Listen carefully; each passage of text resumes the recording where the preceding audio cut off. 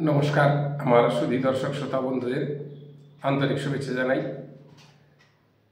এক ব্যক্তি প্রশ্ন করেছেন যে ওনার পাটটা হারিয়ে গেছে, এখন উনি কি করবেন। এখন পাটটা হারিয়ে যাওয়ার প্রচুর রহস্য আমরা লক্ষ্য করেছি। অ্যাকচুয়ালি উনি পাটটা পেয়েছিলেন কি না সেটা জানার বিষয়। আবার দেখা যাচ্ছে যে প্রকৃতই উনি হারিয়ে ফেলেছেন। প্রকৃত অর্থে যদি উনি হারিয়ে ফেলে থাকেন তাহলে ওই পাটটার ইতিহাস আমাদের বিএলআরও অফিসে রক্ষিত আছে। কেমনভাবে? আপনাকে দেখতে হবে রেজিস্টার 12, আপনি যে মৌজার যে দাগ নম্বরটার পাটটা পেয়েছিলেন ওই দাগ নম্বরটা নিয়ে আপনাকে যেতে হবে বিএলআরও অফিসে। ওখানে খোঁজ করতে হবে, প্রথমে রেজিস্টার 8-এ খোঁজ করতে হবে আদপে ওটা খাসের দাগ কিনা। যদি খাসের দাগ হয় সেটা রেজিস্টার 8-এ পাবেন।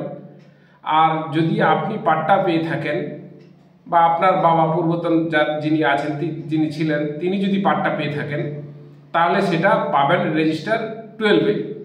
রেজিস্টার 12-এ যদি আপনার লেখা থাকে ওখানে RS কেস নাম্বার থাকবে এবং একটা সিরিয়াল নাম্বার থাকবে। তাহলে সেই সিরিয়াল নাম্বার অনুযায়ী যদি আপনার বাবা পাট্টা পেয়ে থাকেন তাহলে পাট্টার একটা কপি ওখানে আছে।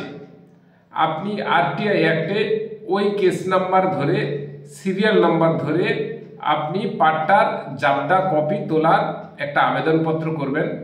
করলে আপনাকে ওইটার কপি আপনাকে প্রোভাইড করা হবে এবং ওইটা পেলে তারপর আপনি আপনার পাট্টা রেকর্ডিংয়ের জন্য আবেদন করতে পারবেন।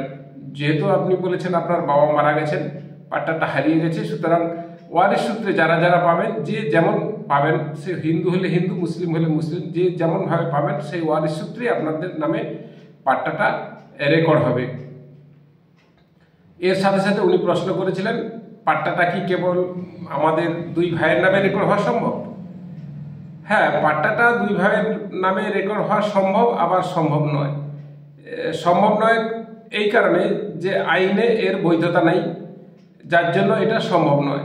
আবার আইনের ফাঁক দিয়েও এটা পাওয়া যায়। কেমনভাবে পাওয়া যায় সেটা হচ্ছে, আপনি আপনার বাবা মারা গেছেন, আপনারা দুই ভাই তিন বোন মা আছেন বা দুই ভাই দুই বোন মা আছেন।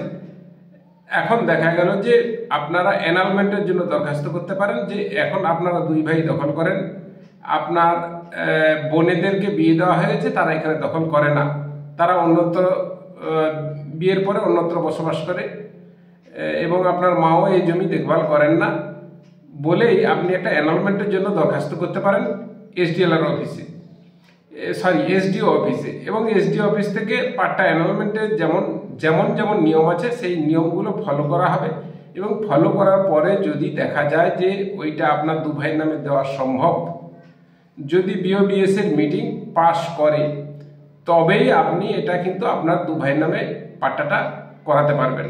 তো বন্ধুগণ, আশা রাখছি আজকের এই ভিডিওটি খুবই ইনফরমেটিভ হয়েছে, বা যদি আপনাদের ইনফরমেটিভ মনে হয় লাইক করুন, শেয়ার করুন এবং সাবস্ক্রাইব করুন। Thank you.